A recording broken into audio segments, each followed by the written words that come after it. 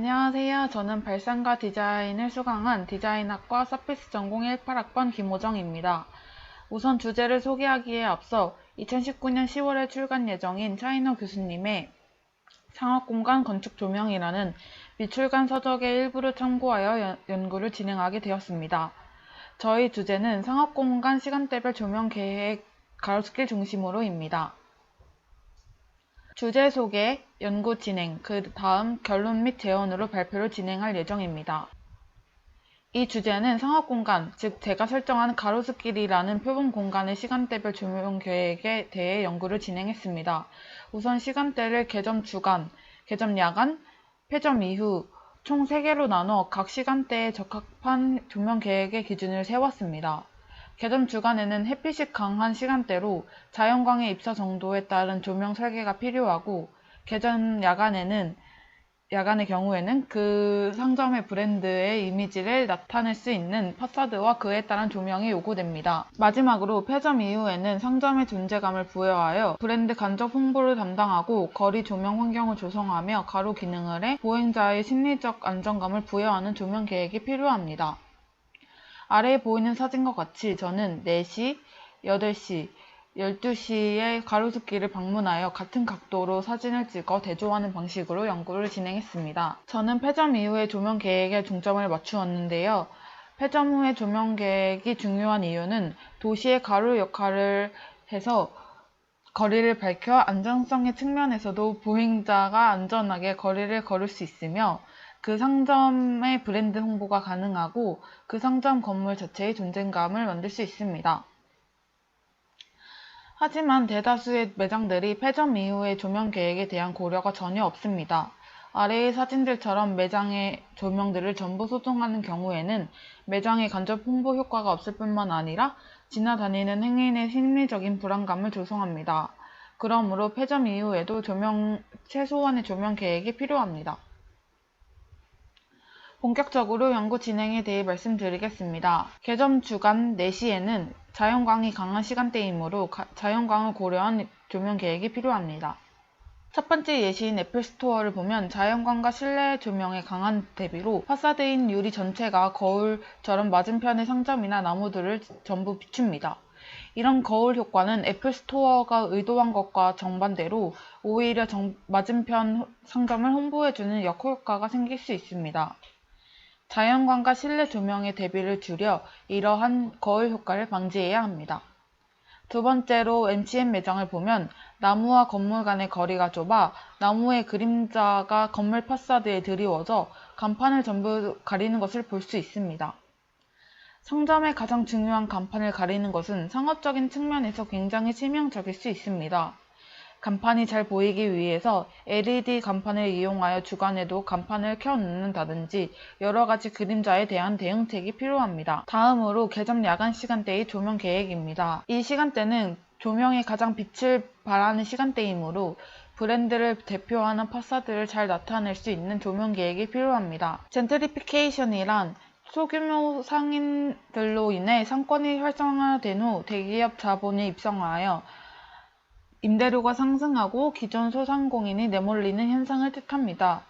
이런 현상은 홍대, 신촌, 경리단길, 그리고 서촌, 그리고 가로수길에서 일어났습니다. 가로수길의 젠트리피케이션으로 인해 프랜차이즈 매장들이 우후죽순으로 들어서며 가로수길만의 정체성이나 개성이 사라졌습니다. 이러한 이유로 다들 젠트리피케이션을 부정적인 시각으로만 바라보는데요. 하지만 오히려 젠트리피케이션이 일어나면서 가로수길에서만 볼 수 있는 프랜차이즈들의 개성 있는 파사드들이 모여 가로수길만의 새로운 정체성을 확립했습니다. 가로수길 VDL 매장은 미디어 파사드를 이용해 브랜드 개성을 나타냅니다. 미디어 파사드는 개점 야간 시간대에 가장 빛나는 효과를 얻을 수 있습니다. 이를 이용해 간판을 제외하고도 파사드를 이용하여 브랜드명을 한 번 더 노출함으로써 홍보 효과를 높입니다. 오른쪽 사진을 보면 VDL 브랜드의 색상을 알 수 있는데요. 이러한 색상을 이용하여 미디어 파사드를 제작해 건물 자체가 VDL이라는 브랜드를 나타낼 수 있게 의도했습니다. 가로수길이 아닌 다른 지점의 VDL 매장과 비교해 보았을 때 같은 번화가임에도 불구하고 명동의 매장에 비해 가로수길의 매장이 더 개성 있고 그 브랜드 자체를 더 잘 나타내고 있다는 것을 볼 수 있습니다. 이 게스 매장도 가로수길이 두 번째로 게스 매장은 미디어 파사드를 이용하여 그 브랜드를 나타낼 수 있는 빨간 역삼각형 로고를 재현했습니다. 건물의 파사드를 보고 그 브랜드의 로고를 떠올릴 수 있게 제작하여 더 높은 효과를 낼 수 있습니다. 주변 매장에 비해 이목을 집중시키는 효과도 있습니다.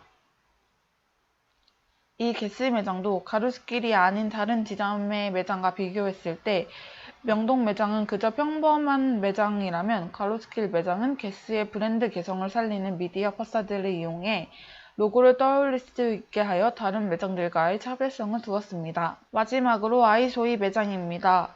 오른쪽 사진을 보면 아이소이의 브랜드 아이덴티티가 장미인 것을 알 수 있습니다. 아이덴티티인 장미를 미디어 파사드를 이용해 상징화하였습니다.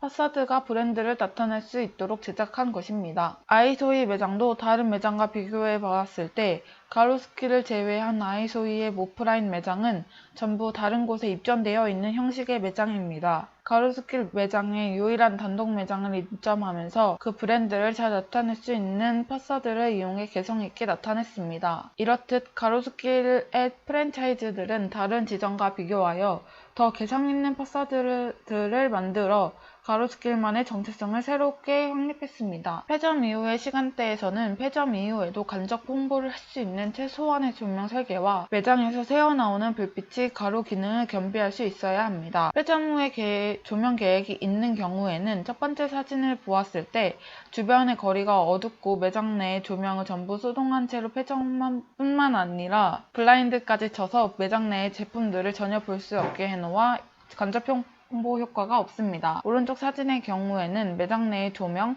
파사드 조명을 전부 소등한 후에 폐점하였습니다.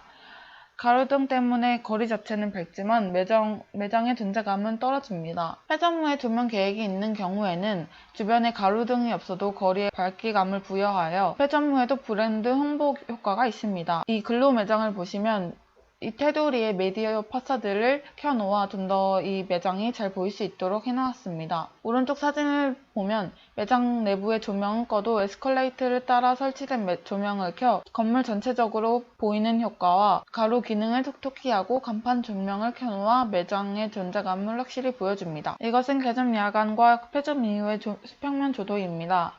개점 야간과 비교하여 폐점 이후에는 확연히 부분의 매점들만 조명 계획이 있다는 것을 볼 수 있습니다. 이제 매장별로 각기 다른 시간대의 모습을 같은 각도로 찍어 비교해 보았습니다. 자주의 경우에는 개점 야간의 파사드가 반사율이 높은 마감재로 블루 모먼트가 반사되어 오묘한 모습이 연출되었습니다. 하지만 폐점 이후에는 조명 계획이 전혀 없음을 볼 수 있습니다. 매장 내의 조명과 간판 조명까지 모두 소동한 것을 볼 수 있습니다. 롭스의 경우에는 폐점 이후에도 다운라이트의 조명을 이용하여 가로등 역할을 할 뿐만 아니라 매장의 존재감도 돋보이게 합니다. A-세컨즈는 폐점 전 야간과 폐점 후가 굉장히 대비되는 것을 볼 수 있습니다. 폐점 후에는 전혀 조명 계획이 눈에 보이지 않습니다. MCM의 경우에는 개점 오전의 시간대는 앞에서 말했듯이 그림자에 대한 대응책이 필요하지만 폐점 이후에는 나름대로 파사드에 조명을 켜고 폐점을 하여 거리에 밝기감도 부여하고 건물 자체의 존재감을 나타낼 수 있습니다. 타밀피거의 경우에는 파사드가 밝은 색으로 이루어져 폐점 이후에도 어두운 상황에서도 건물이 잘 보일 뿐만 아니라 쇼윈도 조명과 일부 매장 내의 조명을 켜고 간판 조명도 점등하여 폐점 후에도 홍보 효과가 나타납니다. 라코스테의 경우에는 개점 야간과 폐점 이후의 대비가 굉장히 많이 나는 것을 볼 수 있습니다. 하지만 폐점 이후에도 매장 내의 일부 조명을 조금 켜놓아 쇼윈도우로 안의 내부가 조금 보이는 정도인 것을 볼 수 있습니다. 게스는 주간보다는 확실히 야간이 파사드가 더 빛나서 이뻐 보이는 경우입니다. 폐점 이후에도 켜놓아서 존재감을 나타냅니다. 스와로브스키 매장의 경우에는 폐점 이후에 매장 내의 조명이나 파사드 조명은 전부 꺼놓고 폐점한 상태이지만 간판이 반사가 굉장히 잘 되는 마감재이므로 가로등의 불빛이 비쳐 약간 다른 매장들과 비교해 보았을 때 다른 느낌의 매장인 것을 볼 수 있습니다. 클리오 매장의 경우에는 폐점 이후에 클리오 간판이 LED가 아님에도 불구하고 다운라이트 조명을 이용해서 간판을 비춰 폐점 이후에도 브랜드를 알릴 수 있게끔 했을 뿐만 아니라 가로등 역할도 하고 있음을 볼 수 있습니다. 자라홈 매장의 경우에는 폐점 이후에 쇼윈도 조명은 켜놓아서 거리의 밝기감이 확보되기는 하지만 간판이 전혀 눈에 보이지 않아 어떤 매장인지 알 수가 없습니다. 애플 스토어도 앞서 말했듯이 주간에는 거울 효과를 방지해야 할 것입니다.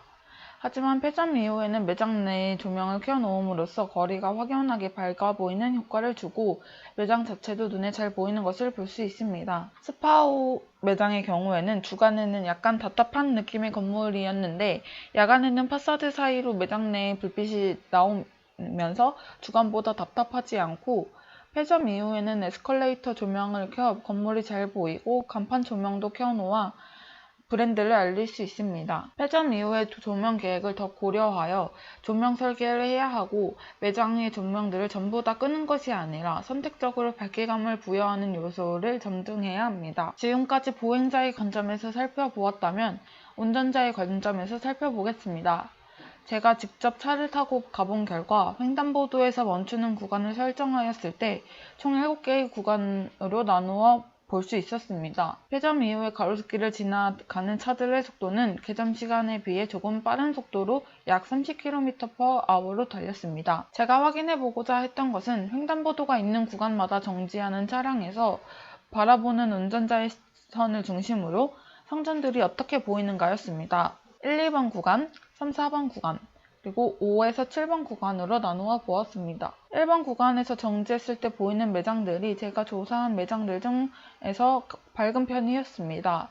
확실히 주위 건물의 밝기감이 운전자로 하여금 길이 잘 보일 수 있게 하고 심리적인 안정을 주기도 했습니다. 이번 구간은 상대적으로 1번 구간에 비해 어두웠습니다. 주위에 있는 매장들이 전부 소등을 하고 폐점한 상태로 그 주변에 비친 가로등뿐이었습니다. 차가 멈추었을 때 주위를 보아도 전혀 어떤 매장이 있는지 볼 수 없었습니다. 이 사진은 2번에서 1번으로 가는 구간으로 어두운 것을 볼 수 있습니다. 3번 구간은 정지했을 때 게스 매장이 밝게 거리를 비춥니다.